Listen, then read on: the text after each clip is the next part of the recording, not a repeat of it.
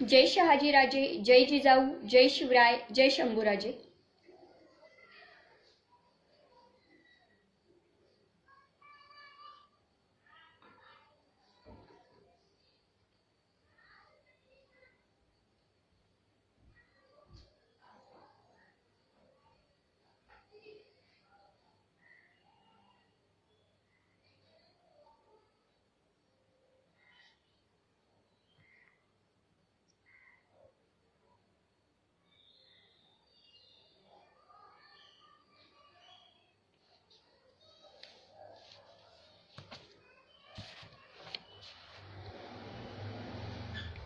पाचच मिनिटात आपण आजच्या लाईव्ह सेशनला सुरुवात करूया.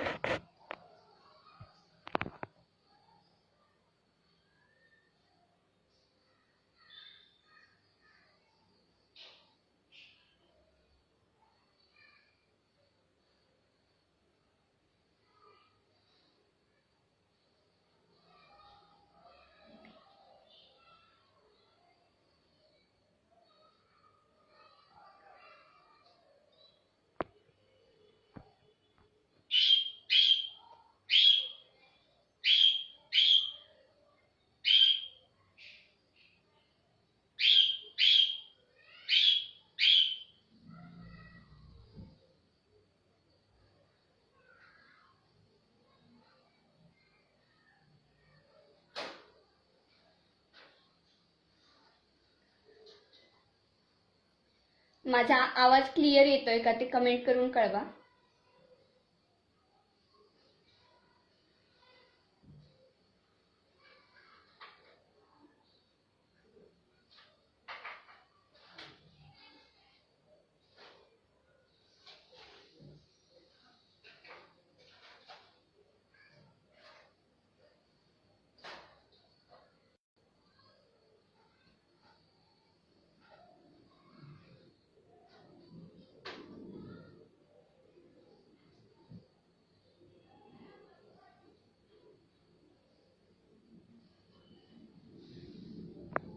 एक ते 2 मिनिटात आपण आजचं हे लाईव्ह सेशन सुरू करूयात.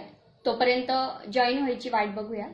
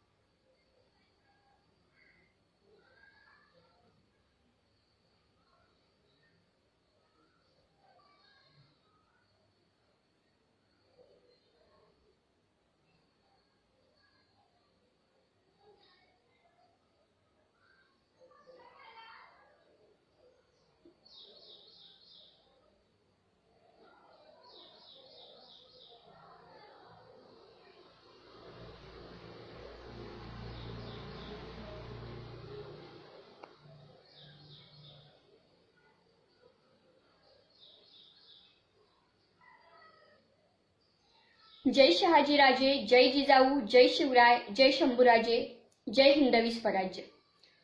मी सुचेता जयश्री विजयकुमार भिसे सर्वप्रथम तुम्हा सर्वांना मराठा एम्पायर ग्रुपच्या वतीने शिवराज्याभिषेक दिनाच्या हार्दिक शुभेच्छा देते.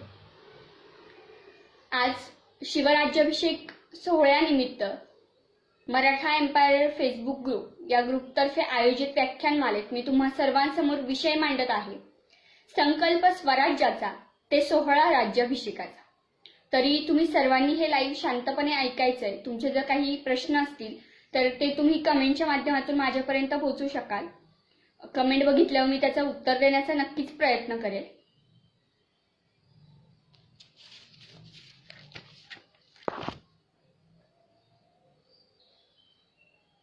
आजचा हा राज्याभिषेकाचा सोहळा खरं तर ज्यांच्यामुळे आपण पाहू शकलो आणि ज्यांच्यामुळे हिंदवी स्वराज्याची संकल्पना या महाराष्ट्राला मिळाली ते म्हणजे छत्रपती शिवाजी महाराज यांचे वडील शहाजी महाराज साहेब. आपल्या पतीने ठरवलेलं स्वप्न, हिंदवी स्वराज्याचं स्वप्न, हे स्वतःचं स्वप्न समजून त्या दृष्टीने पाऊलवाट करणाऱ्या आणि त्याचबरोबर आपल्या पतीला आणि त्याचबरोबर त्यानंतर आपल्या पुत्राला त्या पद्धतीने तयार करणाऱ्या राजमाता आऊसाहेब. हिंदवी स्वराज्याचं आपल्या आई वडिलांनी पाहिलेलं स्वप्न, ज्यांनी स्वतःचं स्वप्न समजून पूर्ण आणण्याचा प्रयत्न केला, हिंदवी स्वराज्याची स्थापनाच केली नाही तर हिंदवी स्वराज्याला अभिषिक्त राजाही मिळवून दिला, असे छत्रपती शिवाजी महाराज. हिंदवी स्वराज्य निर्माण तर झालं, पण छत्रपती शिवाजी महाराजांच्या निधनानंतर रयतेचा वाली कोण होणार, तर ती समस्या सुद्धा योग्य पद्धतीने सोडून काढणारे छत्रपती शंभूराजे, की ज्यांनी अवघ्या 9 वर्षाच्या कारकिर्दीत हिंदवी स्वराज्याचा वाढविस्तार केला. त्याचबरोबर हिंदवी स्वराज्यासाठी योगदान दिलेले सर्व ज्ञात अज्ञात मावळे आणि हिंदवी स्वराज्याचा सर्वात मोठा पाठीराखा असणारा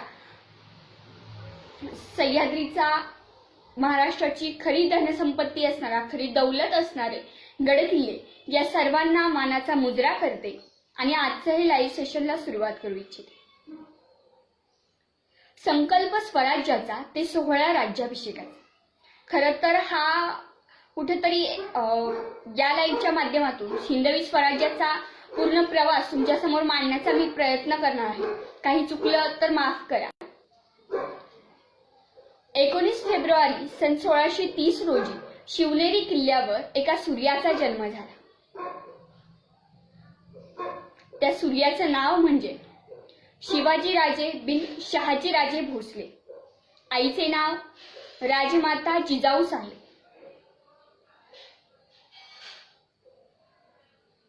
शहाजीराजेंनी त्यांच्या लग्नाच्या आधीच ठरवलं होतं की आपल्याला काहीतरी वेगळं करायचं, या परकीय गुलामगिरी सत्तेतून या रयतेला मुक्त करायचे आणि त्या दृष्टीने त्यांनी पाऊलवाट चालवली होती आणि त्यांच्याच पाऊलवाटेवर पाय टाकत पुढे हे छत्रपती शिवाजी महाराजांनी हिंदवी स्वराज्य स्थापायचे ठरवले. याचे बाळकडू त्यांना राजमाता आऊसाहेब जिजाऊ यांच्याकडून मिळाले. छत्रपती शिवाजी महाराजांचं बालपण हे किल्ले शिवनेरी, त्याचबरोबर शहागड उर्फ किल्ले पेमगिरी, त्याचबरोबर ठाणे येथील किल्ले माहुली, पुण्यातील लाल महाल आणि बंगलोर या ठिकाणी जास्तीत जास्त काळ गेलेले आहे. त्यानंतर ज्यावेळेस शिवाजी महाराज बंगलोरवरून पुण्यात पुन्हा आले तर त्यावेळेस पुणे जहागीरदारीची व्यवस्था पाहण्याची जबाबदारी होती ती म्हणजे दादाजी कोंडदेव यांच्याकडे, आणि ते कारभार पाहत होते. तर त्याच वेळेस त्यांच्या सोबतीने कारभार पाहायचं काम करत होते शिवाजी महाराज, आणि त्यातूनच कुठेतरी स्वराज्य स्थापनेची सुरुवात व्हायला लागली होती. देशाभिमान, करारीपणा, धैर्य हे सर्व गुण राजमाता आऊसाहेब यांच्याकडे होते आणि तेच गुण त्यांनी स्वतःकडे असणारे गुण हे त्यांच्या पुत्राला म्हणजे छत्रपती शिवाजी महाराजांना दिले आणि याच गुणांमुळे स्वराज्य स्थापनेची त्यांना स्फूर्ती मिळाली. छत्रपती शिवाजी महाराज यांचे एकूण 8 विवाह झाले. खरं तर बरेचसे जण हे 8 विवाह झाले याबद्दल सुद्धा चेष्टा करतात की 8 बायका कशा सांभाळल्या वगैरे, पण हे विवाह होण्यामागचा हेतू वेगळा होता. आपला संपूर्ण महाराष्ट्र हा परकीय गुलामगिरीने विभागला गेला होता आणि त्या विभागलेल्या महाराष्ट्राला एकत्र आणण्यासाठी महाराजांनी हे 8 विवाह केलेले होते.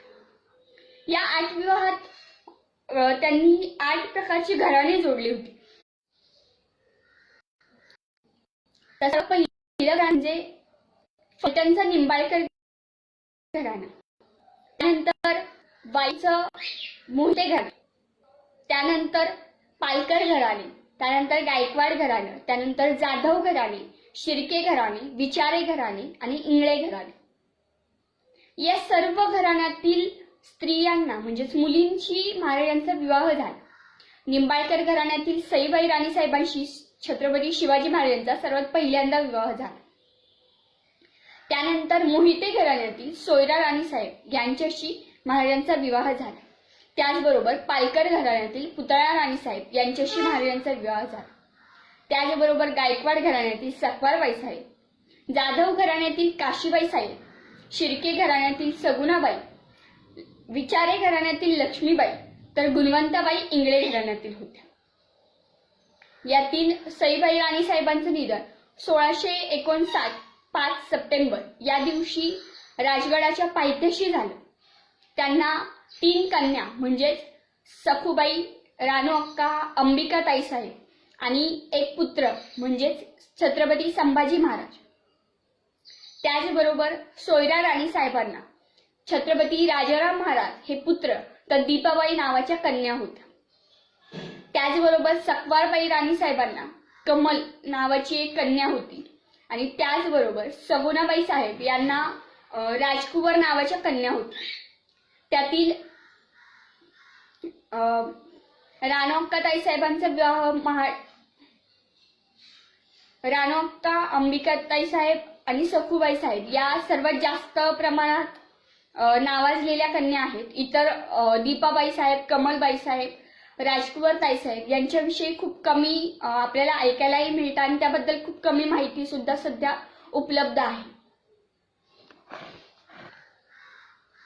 स्वराज्य स्थापनेची शपथ छत्रपती शिवाजी महाराजांनी रायरेश्वरी घेतली. रायरेश्वरी ही शपथ घ्यायच्या आधी त्यांनी त्यांच्या आसपासच्या प्रदेशातील काही मातब्बर माणसं ही आपल्या सोबत जोडली आणि त्यातील काही नावं अशी होती की जी त्यांच्या कायम सोबत होती. ती नावं म्हणजे कान्होजी जेधे, नेतोजी पालकर, तानाजी मालुसरे, येसाजी कंक, बाजी पासलकर, बाजीप्रभू देशपांडे. सुरुवातीला त्यांनी स्वराज्य स्थापनेची शपथ घेतल्यानंतर किल्ले हातात घ्यायला सुरुवात केली. आता हे किल्ले घ्यायला लागल्यावर परकीय म्हणजेच आदिलशहाचं सैन्य किंवा मुघलशाही हे सवाल करू लागले महाराजांना. तर त्यावेळेस आदिलशहाला महाराजांनी उत्तर असं दिलं होतं की जे किल्ले घेतले आहेत तर ते विजापूरच्या आदिलशहाच्या आदिलशहाने दिलेले जे राज्य आहे, जी स्वतःकडे आपल्याला सांभाळायला दिलेली जहागीरदारी आहे तर ती सांभाळण्यासाठी किंवा तिच्या सुरक्षेसाठी हे किल्ले घेतलेत अशी भूमिका त्यांनी आदिलशहाजवळ स्पष्ट केली होती. सर्वात पहिल्यांदा त्यांनी बरेचसे किल्ले घेतले, पण त्यातलाच महत्वाचा म्हणजे कोंढाणा किल्ला, पुण्यातील कोंढाणा उर्फ सिंहगड किल्ला घेतला. पण हा किल्ला घेतला आणि आदिलशहाला जास्तच भीती वाटायला लागली आणि त्यामुळे शहाजीराजेंना त्यांनी कैद केलं. का तर शिवाजी महाराजांवरती जरब बसावी म्हणून.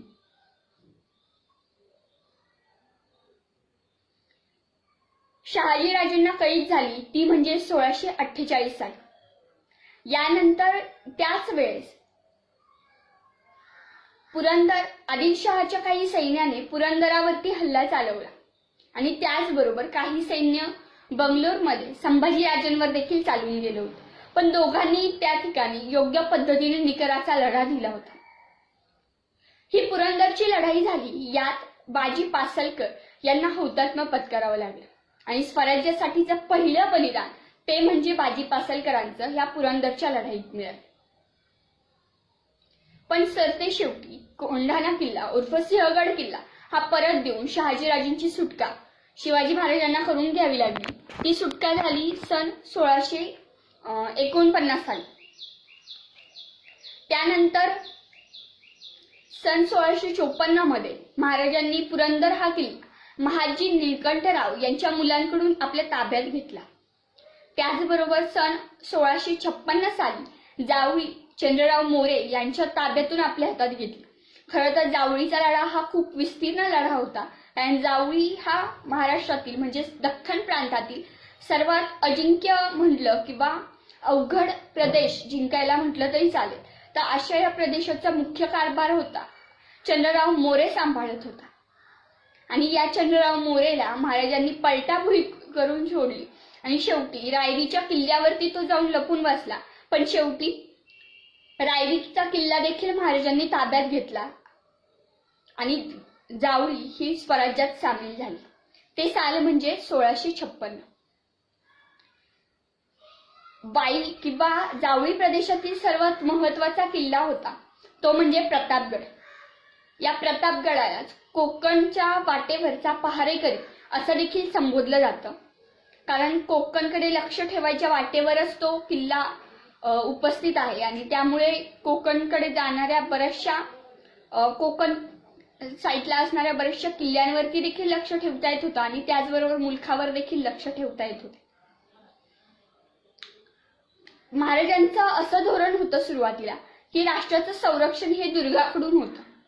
राज्य गेले आणि दुर्ग जर आपल्याकडे असतील तर गेलेले राज्य हे परत मिळवता येईल, पण जर दुर्गच गेले तर राज्य मिळवणे देखील अवघड होतं.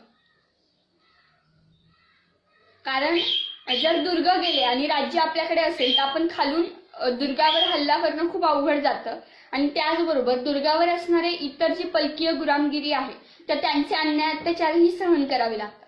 त्यामुळं कुठेतरी दुर्ग आपल्याकडे असणं हे खूप महत्वाचं होतं, असं महाराजांचं धोरण होतं सुरुवातीला. स्वराज्याचा सर्वात महत्वाचा पार्ट म्हणजे आरमार उभारणी. तर या आरमार उभारणीची सुरुवात झाली ती म्हणजे सन 1657 साली. महाराजांनी कल्याण भिवंडी घेतली आणि इथूनच हिंदवी स्वराज्याच्या आरमार बांधणीला सुरुवात झाली. त्यानंतर सन 1658 रोजी माहुलीचा किल्ला महाराजांनी आपल्या ताब्यात घेतला आणि हा किल्ला ताब्यात घेतल्याची खबर ज्यावेळेस विजापूर दरबारी मिळाली तर त्याच वेळेस विजापूर दरबार कडाडून उठला आणि त्यांनी आदिलशहाच्या दरबारातील सर्व कारभार बघणारी बडी बेगम हिने सरदारांना एकत्र केलं आणि तिने सवाल केला की शिवाजीचा बंदोबस्त कोण करणार. तर त्यावेळेस तो महाराजांचा बंदोबस्त करण्याचा विडा उचलला तो म्हणजे अफजल खानाने. एप्रिल 1659 रोजी अफजल खान हा विजापूरहून निघाला होता आणि विजापूरहून निघाला तो, पण तो येताना काही शांत आला नाही. त्याने बरचसं सैन्य आपल्या सोबत आणलं होतं, बराचसा दारुगोळा आपल्या सोबत आणला होता, बरीचशी शस्त्र आपल्या सोबत आणलेली होती आणि येता येता त्याने महाराष्ट्राचं आराध्य दैवत असणारे पंढरपूरचं मंदिर त्याचबरोबर तुळजापूरच्या तुळजाभवानी देवीच्या मंदिराचा उद्ध्वस्त केलं. मंदिरं उद्ध्वस्त केली, त्याचबरोबर तिथल्या आसपासच्या रयतेवर देखील अन्याय केला. आणि त्याचबरोबर अजून एक महत्वाची घटना त्यावेळेस घडली ती म्हणजे बजाजी निंबाळकर यांची कैद आणि पुढे बजाजी निंबाळकरांचं धर्मांतर देखील करण्यात आलं. ते सुद्धा आदिलशाह अफजल खानामुळे ते धर्मांतर झालं. अफजल खान ज्यावेळेस आदिलशाहकडून महाराजांवरती चाल करून निघाला त्यावेळेस आदिलशाहीचा असा आदेश होता की एकतर शिवाजी महाराजांना कैद करावं नाहीतर जमलं तर ठार करावं.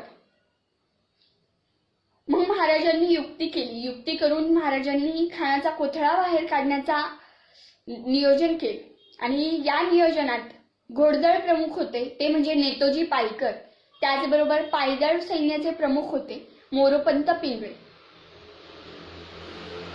महाराजांनी भेटीचा दिवस ठरवला आणि ठरल्याप्रमाणे शामियाना बाहेर आपले 10 अंगरक्षक ठेवायचे आणि त्याचबरोबर आत 2 रक्षक आणि वकील. एवढ्याच माणसांना ते शामियानाच्या परिसरात येण्याची परवानगी होती आणि त्याचबरोबर बाकीचे सर्वजण गडाच्या खालीच ठेवायचे. महाराजांनी या भेटीसाठी शानदार शामियाना उभारला होता. 10 नोव्हेंबर सन 1659 रोजी अफजल खान आणि छत्रपती शिवाजी महाराज यांची भेट प्रतापगडाच्या पायथ्याशी असणाऱ्या शामियान्यात झाली. या भेटीच्या वेळी महाराजांचे वकील हे पंताजी गोपीनाथ होते तर अफजल खानाकडून कृष्णाजी भास्कर हे वकील होते. खानाने राजांना आलिंगन दिलं आणि आपल्या बगलेत महाराजांची मान दाबून महाराजांना मारण्याचा प्रयत्न केला. हा डाव ओळखून महाराजांनी स्वतःच्या बोटांमध्ये लपवलेली वाघनखे बाहेर काढली आणि त्याच वेळेस खानाच्या पोटावर हल्ला केला आणि त्या वाघनख्यांनी खानाच्या पोटातील कोथळा बाहेर काढला. खान पडला, पण त्याच वेळेस सय्यद बंडा नावाचा खानाचा रक्षक जो होता तर तो महाराजांवरती चालून आला. तर त्याच वेळेस जिवा महालाने महाराजांवरचा वार झेलला आणि स्वतः सय्यद बंडाला ठार केले. आणि म्हणूनच तेव्हापासून म्हण रूढ झाली की होता जिवा म्हणून वाचला शिवा. खानाचा कोथळा बाहेर काढल्यानंतर महाराजांनी ठरल्याप्रमाणे इशारा केला आणि त्याचबरोबर प्रतापगडाच्या आसपासच्या डोंगरात लपलेले मराठी सैन्य जागे झाले आणि खानाचं जे सैन्य होतं तर त्यांच्यावर हल्ला केला आणि या हल्ल्यात त्यांनी भरपूर अशी संपत्ती लुटली. या सर्वात पहिल्या महाराष्ट्रावर आलेल्या संकटातून आपल्याला महाराजांचे काही गुण दिसून येतात. तर ते म्हणजे लष्करी डावपेच, सैन्याची हालचाल, व्यूहरचना, रणांगणाची अचूक निवड, प्रसंगावधान, धैर्य, सावधपणा आणि धाडस. खरं तर स्वराज्यावरती आलेले हे सर्वात पहिलं संकट, पण याच संकटासोबत त्यांना घरात देखील संकटाचा सामना करावा लागला होता. ते संकट म्हणजे सईबाई राणीसाहेबांचं निधन. 14 मे 1657 रोजी युवराज संभाजी महाराजांचा सईबाई राणीसाहेबांच्या पोटी पुरंदर येथे जन्म झाला. पण संभाजी राजेंच्या जन्मापासूनच सईबाई राणीसाहेबांची प्रकृती खालावली. त्यांना बाळंत व्याधीने वेढलं होतं आणि पुढे त्यातच 5 सप्टेंबर सन 1659 रोजी म्हणजेच खानाच्या भेटीच्या आधी 2 महिने सईबाई राणीसाहेबांचं निधन झालं. खरं तर सईबाई राणीसाहेबांचं निधन झालं आणि महाराजांच्या आयुष्यातील सर्वात मोठी पोकळी निर्माण झाली. आणि यानंतर महाराजांनी सन 1659च्या अखेरीस पन्हाळा किल्ला महाराजांनी जिंकून घेतला आणि ही खबर विजापूरकरांना लागली. तर त्यावेळेस विजापूरकरांनी सिद्धी जोहर नावाच्या सैन्याला कर्नूल प्रांतातून दख्खनमध्ये पाठवलं शिवाजी महाराजांचा बिमोड करण्यासाठी. आणि त्याच वेळेस मोगलांकडून शाहिस्ते खान देखील सन 1660 मध्ये औरंगाबाद आला. दोन्ही संकट एकाच वेळी महाराष्ट्रावर आणून शिवाजी महाराजांवरती दबाव आणण्याचा हा प्रयत्न झाला होता. शाहिस्ते खान ज्यावेळेस आला तर त्यावेळेस तो पुण्यात पोहोचल्यानंतर त्याने चाकणच्या किल्ल्याला वेढा दिला. जवळपास 3 महिने हा वेढा चालू होता आणि शेवटी या वेढ्यात फिरंगोजी नरसाळा यांनी पराक्रमाची शर्त केली. पण शेवटी चाकणचा संग्रामदुर्ग किल्ला हा मुघलांच्या हाती गेला. त्यानंतर सिद्धी जोहरने पन्हाळा किल्ल्याला वेढा घातलाच होता. हा वेढा अत्यंत कडक स्वरूपाचा होता. पण त्यानंतर पावसाळा आल्यानंतर हा वेढा थोडासा सैल झाला. पण तरी देखील शिबंदी ही गडावरती पोहोचत नव्हती. गडावरची शिबंदी संपत आलेली होती आणि हे बघून महाराजांनी गड सोडायचा विचार केला. गड सोडायचा विचार केल्यानंतर महाराजांनी शिवा काशीद यांनी ही जोखीम स्वीकारायचं ठरवलं. शिवा काशीद यांनी हुबेहूब महाराजांचा पेहराव केला आणि सिद्धी जोहरला भेटायला महाराज जात आहेत असं म्हणून तो स्वतः त्या पालखीत बसला. पुढे मृत्यू समोर दिसत असताना देखील तो डगमगला नाही. कारण त्याचं म्हणणं असं होतं की उभा जन्म मी शिवा काशीद म्हणून जगलो, पण मरताना तरी मी शिवाजी महाराज म्हणून मरते. या शिवा काशीद यांच्या बलिदानामुळे महाराज पन्हाळ्याच्या वेढ्यातून सुटले. पण पन्हाळ्याच्या वेढ्यातून महाराज 13 जुलै सन 1660 रोजी सुटले. पण त्याच वेळेस सिद्धीला शिवा काशीद हे खोटे शिवाजी महाराज आहेत अशी चाहूल लागली आणि त्याच वेळेस त्यांनी खोटे शिवाजी महाराज म्हणजे शिवा काशीद याला ठार मारले आणि त्याचबरोबर बरीचशी सैन्य घेऊन शिवाजी महाराजांचा पाठलाग सुरू केला. आणि याच वेळेस पावनखिंड या ठिकाणी, पावनखिंड किंवा घोडखिंड या ठिकाणी बाजीप्रभू देशपांडे यांनी महाराजांना विनंती केली की महाराज तुम्ही पुढे जाऊन विशाळगडावर गेल्यावर तोफांचे 3 बार करा, तोपर्यंत आम्ही इथे 200 जण या संपूर्ण येणाऱ्या सिद्धी जोहरच्या सैन्याला थांबवून धरतो. आणि खरं तर बाजीप्रभू देशपांडेंनी या पराक्रमाची शर्त केली आणि तोफेचे आवाज येत नाहीत तोपर्यंत गणित या पावनखिंडीत थोपवून ठेवले. आणि त्यामुळेच घोडखिंड हे आधीचं नाव होतं आणि बाजीप्रभूंच्या रक्ताने पावन झालेली खिंड म्हणून पावनखिंड असं तिचं नामकरण करण्यात आलं. बाजीप्रभूंबरोबरच फुलाजी प्रभू या त्यांच्या बंधूने देखील या रणसंग्रामात पराक्रमाची शर्त केली होती. यानंतर महाराज विशाळगडावरून राजगडावर दाखल झाले आणि शाहिस्तेखानाचं संकट कशा पद्धतीने झेलायचा याचा विचार करू लागले. शाहिस्तेखानाचं संकट हे खरं तर खूप मोठं संकट होतं. मुघलांकडून आलेलं सर्वात पहिलं संकट म्हणजे शाहिस्तेखानाचं संकट. हे शाहिस्तेखानाचं संकट फक्त स्वतःपुरतं मर्यादित नव्हतं, तर ते रयतेला सुद्धा त्रासदायक होतं. कारण शाहिस्तेखान आला हा पुण्यात जवळपास लाल महालात 3 वर्ष तळ ठोकून होता, पण तो काही शांत बसून नव्हता. आपले काही सरदार पाठवून तो पुण्यातील आजूबाजूच्या परिसरात रयतेवर अन्याय अत्याचार करत होता, रयतेची गरज आळत होता. आणि कोणी शिवाजी महाराजांना मदत करतंय असा संशय जरी आला तरी त्यांना उभं जाळत होता. त्यामुळे हे संकट खरं तर खूप मोठं होतं.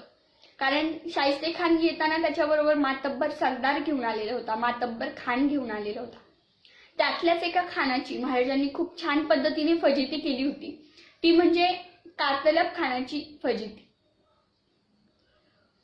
1661 रोजी कारतलब खानाला शाहिस्तेखानाने हुकूम सोडला की तू जाऊन कोकण जिंक. आम्ही इकडे पुणे कसं जिंकता येईल किंवा शिवाजी महाराजांचा बिमोड कसा करता येईल याचा प्रयत्न करतो, तर त्याच वेळेस तू सैन्य घेऊन जाऊन कोकण जिंकता येतोय का याचा विचार कर. कारतलब खान निघाला. कारतलब खानाला असं वाटलं की उंबरखिंडीतून आपण गेलो तर सोपी वाट पडेल. वाट तशी सोपी नव्हती, वाट अवघड होती, पण त्याला असं वाटत होतं की मराठ्यांच्या सैन्याला सुगावा लागला की आपण येतोय तर त्यांना अशी शंका सुद्धा येणार नाही की आपण या अवघड वाटेने येतोय. त्यामुळं खानाने उंबरखिंड हा मार्ग निवडला होता. पण महाराजांनी त्याची बुद्धिमत्ता आधीच जाणली होती आणि महाराजांनी त्या पद्धतीने उंबरखिंडीत त्याची फजिती करायचं नियोजन केलं. उंबरखिंडीत त्याची अशा पद्धतीने कोंडी केली की त्याला त्याच्या जवळचा असणारा सारा खजिना महाराजांना द्यावा लागला. त्याला फक्त त्याच्या अंगावरच्या असणाऱ्या कपड्यांनिशी त्याची सुटका केली आणि त्याच्यासोबतच एक मुघली महिला सेनानी होती, ती म्हणजे रायबाग. त्यानंतर शाहिस्तेखानावरचा हल्ला हा हिंदवी स्वराज्यातील सर्वात मोठा हल्ला म्हणता येईल. 5 एप्रिल 1663 रोजी हा हल्ला झाला होता. 5 एप्रिलच्या रात्री महाराज लाल महालात घुसले.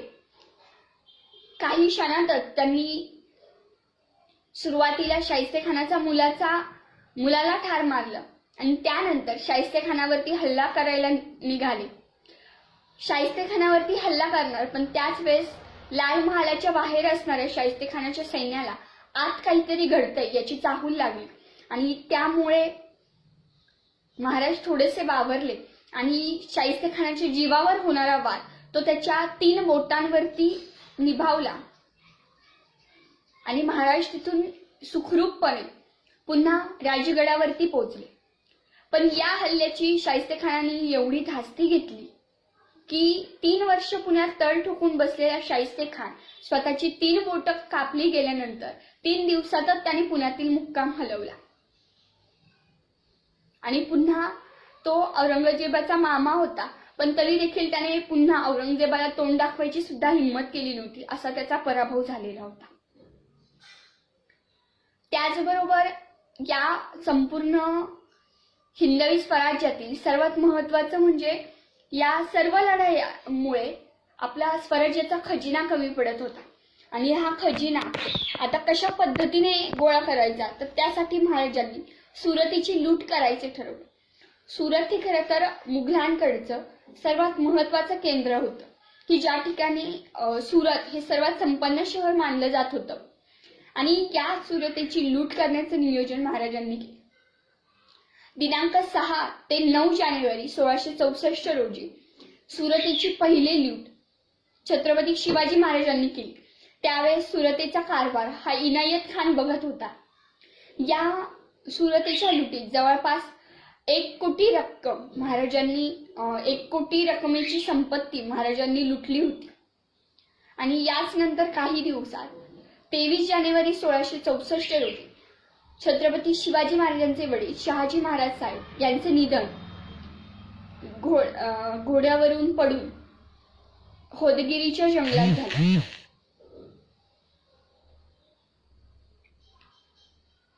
ज्याप्रमाणे मी मगाशी म्हटलं की कल्याण भिवंडी येथे सन 1657 पासून महाराजांनी आरमाराची सुरुवात केली होती.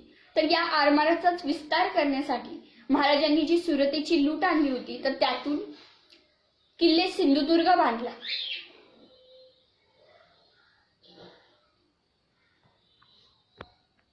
आणि हा आरमारी सर्वात महत्त्वाचा आणि मोठा किल्ला होता असं म्हणता येईल.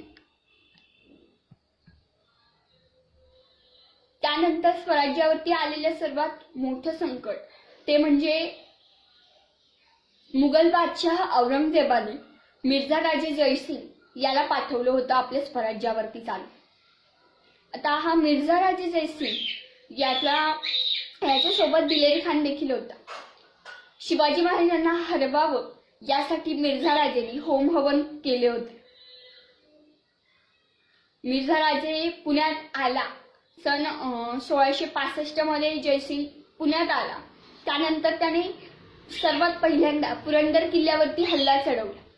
पुरंदर किल्ल्याचा जोड किल्ला असणारा रुद्रमाळ उर्फ वज्रगड किल्ला, यामुळे पुरंदर किल्ला बराचसा वेळ मुघलांच्या ताब्यात जात नव्हता. पण शेवटी एप्रिल 1665 मध्ये रुद्रमाळ उर्फ वज्रगड म्हणजेच पुरंदराचा जुळा भाऊ किंवा जोड भाऊ हा मुघलांच्या ताब्यात गेला. आणि या वज्रगड जिंकल्यामुळेच मोगलांना पुरंदरावरती हल्ला करणं सोपं झालं आणि पुरंदरावरती हल्ले होऊ लागले.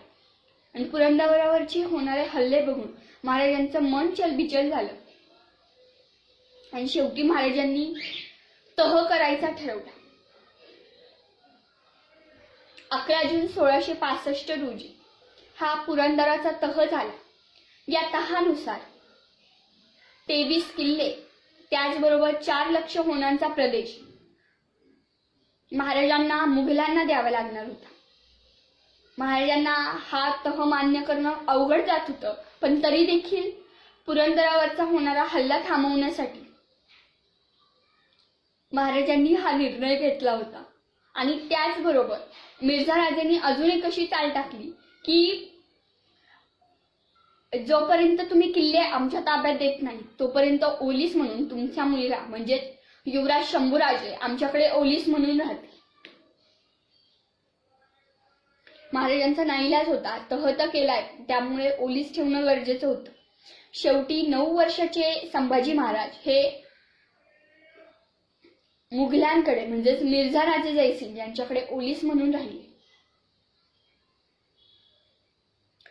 मिर्झा राजेंनी संभाजी महाराजांना मनसबदारी देखील प्रदान केली आणि ती मनसबदारी दाखवण्याच्या दृष्टीने त्यानंतर औरंगजेबाने मिर्झा राजेंना असा हुकूम सोडला की तुम्ही तह केलाय ना, तर आता शिवाजीला आमच्याकडे घेऊन या, आग्र्याला घेऊन या. महाराजांचा नाईलाज असला तरी महाराज मिर्झा राजे जयसिंग यांच्या सांगण्याप्रमाणे आग्र्याला गेले. 12 मे 1666 रोजी महाराज आग्र्याला गेले. त्या दिवशी औरंगजेबाचा 50वा वाढदिवस होता.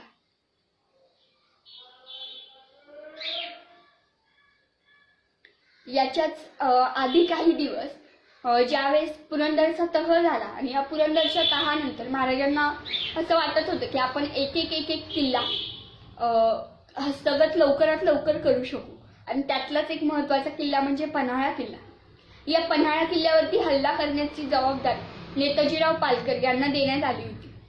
जानेवारी सन 1666 मध्ये नेताजी पालकरांनी तसा हल्ला केला देखील, पण काही त्यांच्या नियोजनात किंवा वेळेत काहीतरी बदल झाला आणि त्यामुळे ती मोहीम अयशस्वी ठरली.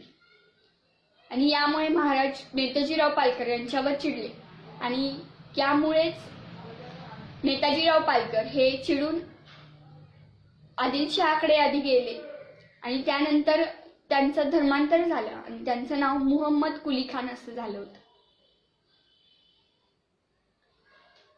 महाराज आग्र्याला भेटीत गेले, आग्र्याला औरंगजेबाच्या भेटीस गेले, पण त्यावेळेस त्यांचा योग्य पद्धतीने मान सन्मान झाला नाही. महाराजांनी हरवलेल्या सरदारांना त्यांच्यापेक्षा उंच दर्जाच्या असणाऱ्या रांगेत उभं केलं होतं, तर महाराजांना अतिशय कनिष्ठ दर्जाच्या रांगेत उभं केलं होतं. हे बघून महाराज संतापले, पण महाराजांचा राग शांत करायचं काम मिर्झा राजे जयसिंग यांचा मुलगा रामसिंह यांनी केले. पण तरी देखील महाराज त्या दरबारात कडाडले आणि त्या दरबारातूनच तसंच निघून गेले. पण त्यानंतर औरंगजेबाने महाराजांचा आसपास असणारा पहारा हा कडक केला आणि या कडक केलेल्या पहारामुळे महाराजांना तिथून निसटणं अवघड होऊ लागलं. पण तरी देखील महाराजांनी योजना केली. महाराजांनी आजारी पडण्याचं सोंग घेतलं, बरेचसे वैद्य हकीम केले, पण तरी देखील महाराजांच्या प्रकृतीत सुधारणा नसल्यामुळे शेवटी महाराजांनी औरंगजेबाला असा खलिदा पाठवला की आम्ही साधूंना मौलवी यांना मिठाई वाटपाचं काम करू इच्छितो. तर त्या पद्धतीने दररोज महाराजांच्या दालनातून आग्र्यात मिठाई वाटली जात होती. सुरुवातीला ते पेटारे चेक केले जात होते, पण नंतर ते चेक करणं देखील बंद झालं आणि याचाच फायदा महाराजांनी घेतला आणि त्या पेटाऱ्यात बसून महाराज त्याचबरोबर संभाजी महाराज हे तिथून निसटले. 20 नोव्हेंबर सन 1666 रोजी महाराज आग्र्यावरून निसटून पुण्यातील राजगड म्हणजेच आपल्या स्वराज्याच्या पहिल्या राजधानीत पोहोचले. यानंतर महाराजांनी अनेक मोहिमा केल्या.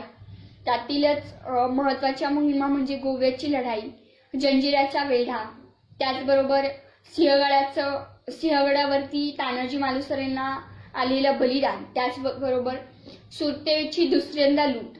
आणि ही सुरतेची दुसऱ्यांदा जी लूट झाली यात जवळपास 50 लाखांची संपत्ती महाराजांनी हस्तगत केली होती. आणि त्यानंतर 1671 रोजी साल्हेर किल्ल्यावरती हल्ला झाला. बहादूर खान हा मुघल सरदार याने साल्हेर किल्ल्यावरती हल्ला चढवला आणि या लढाईत शिवाजीराव काकडे हे महाराजांचे बालपणीचे सवंगडी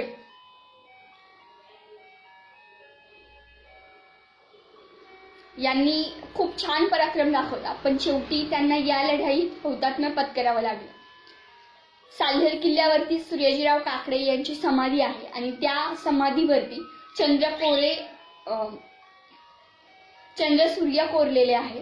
आणि याचा अर्थ असा होतो की जोपर्यंत चंद्रसूर्य हयात आहेत किंवा चंद्रसूर्य दिसत आहेत तर तोपर्यंत सूर्याजीराव काकडे यांचं शौर्य आहे. यानंतर या लढाईनंतर बहादूर खानाने भीमा नदी काठी श्रीगोंद्यातील नगरमधील श्रीगोंदा तालुक्यातील पेडगाव इथं बहादूरगड हा किल्ला बांधला आणि बराच काळ या बहादूरगडाच्या आसपासच मुघलांची छावणी होती आणि ती छावणी खूप प्रमाणात त्यांना महत्वाची ठरत होती. त्याचबरोबर 1673 मध्ये उमराणी येथे प्रतापराव गुजर यांनी बहुलल खानाला कोंडलं, पण तिथून तो सुटला आणि महाराज यामुळे चिडले होते. तर याचाच बदला घेण्यासाठी प्रतापराव गुजर यांनी 24 फेब्रुवारी सन 1674 रोजी नेसरी येथे 7 वीरांसह बहुलल खानावरती हल्ला बोलला. ते 7 वीर म्हणजे विसाजी बल्लाळ, दीपाजी राऊतराव, विठ्ठल अत्रे, कृष्णाजी भास्कर, सिद्धी हिलाल, विठोजी आणि खुद्द प्रतापराव. प्रतापराव यांचं मूळ नाव कुडतोची गुजर, पण महाराजांनी त्यांना प्रतापराव असा किताब दिलेला होता.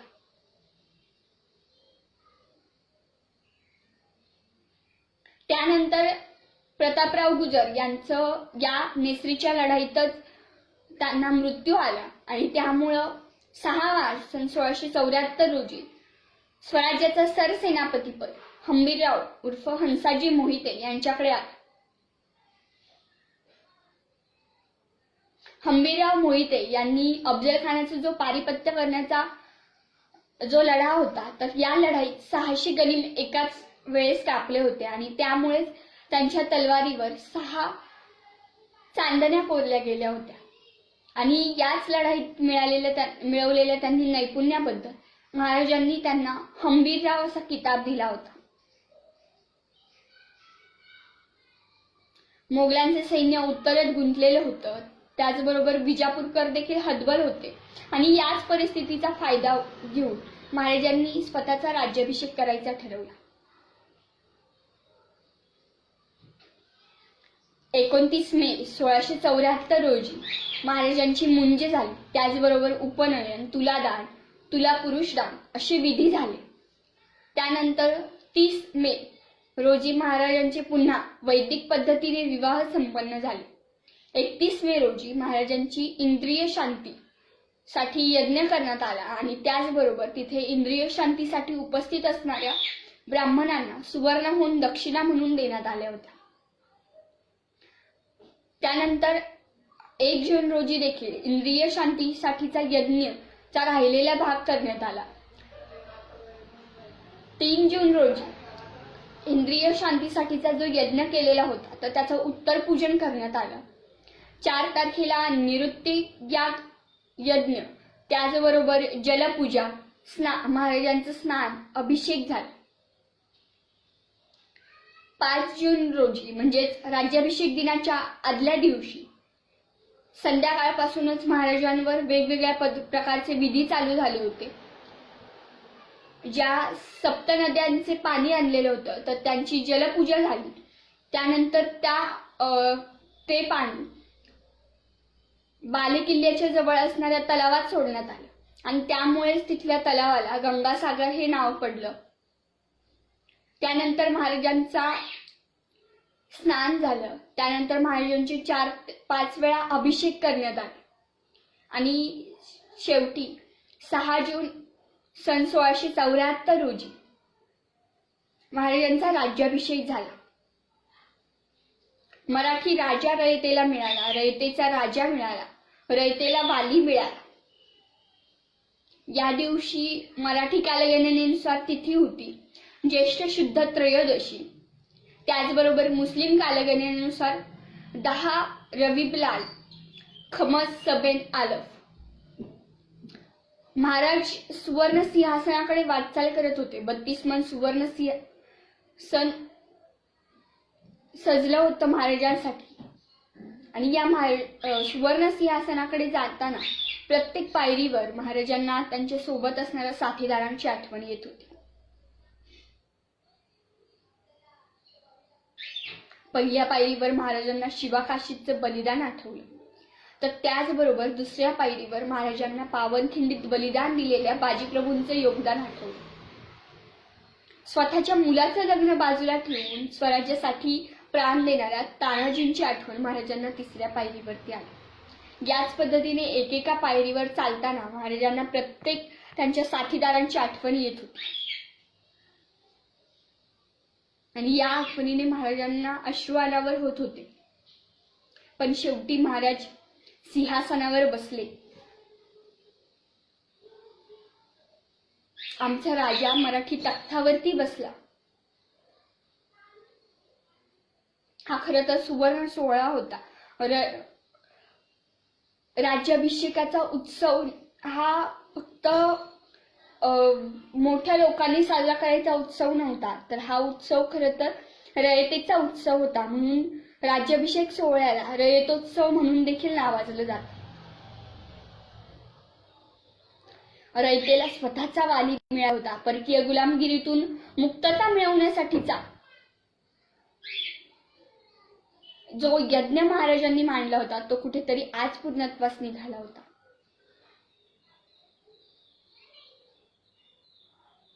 याच वेळी महाराजांनी अष्टप्रधान मंडळाची स्थापना केली.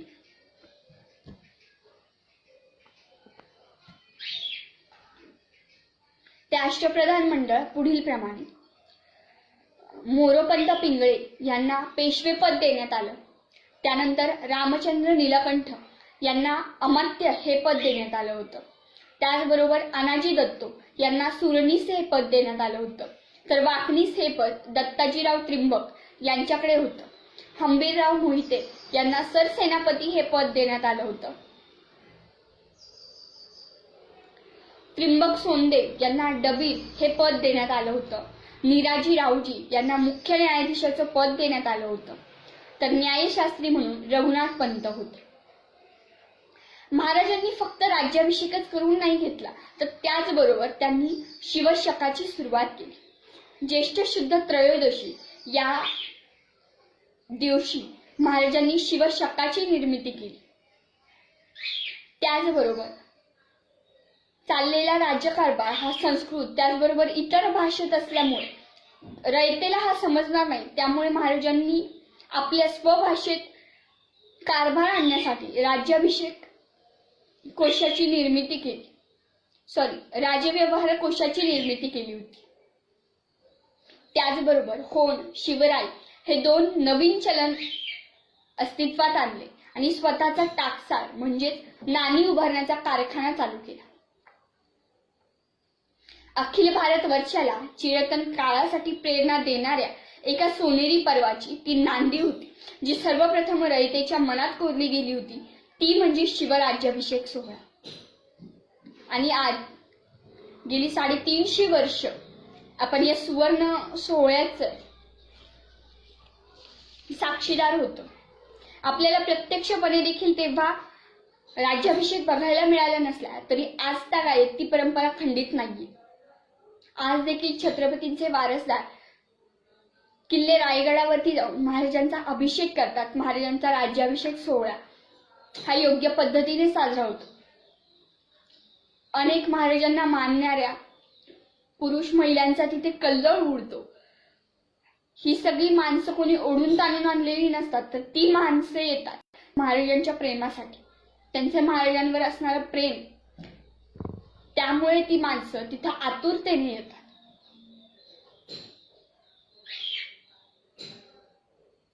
शिवराज्याभिषेक दिना दिवशी रायगड अख्खा मावळ्यांनी दणानून निघतो. शिवघोषांनी, शिवगर्जनांनी, हर हर महादेव या आरोळ्यांनी अख्खा रायगड गुंजतो. पण गेली 2 वर्ष म्हणजे सन 1620 आणि 2020 ते 2021 या 2 वर्षी आपल्याला रायगडावरती जाता आलं नाही. पण तरी देखील राज्याभिषेकाचा सोहळा हा योग्य पद्धतीने निवडक लोकांच्या उपस्थितीत साजरा होतो. खरं तर राष्ट्रहित महत्वाचं आहे आपल्याला, आणि राष्ट्रहित महत्वाचं असल्या कारणाने राष्ट्रहिताबरोबरच आपल्यासोबत असणाऱ्या माणसांचा जीव देखील वाचवणं आपलं कर्तव्य आहे. आणि त्यामुळे निवडक लोकांच्या आत्याने हा सोहळा संपन्न होतो. आणि तो आपण फेसबुक, व्हॉट्सअप, इन्स्टा याच्या माध्यमातून तो बघतच असतो. त्यामुळे आपण देखील त्या सुवर्ण क्षणाचे साक्षीदार असतो. खरं तर त्यावेळेस तो सोहळा झाला, त्यावेळेस बघणारी रयत किती भाग्यवान म्हणता येईल की त्यांना राज्याभिषेक सोहळा बघण्याचं नशीब होतं.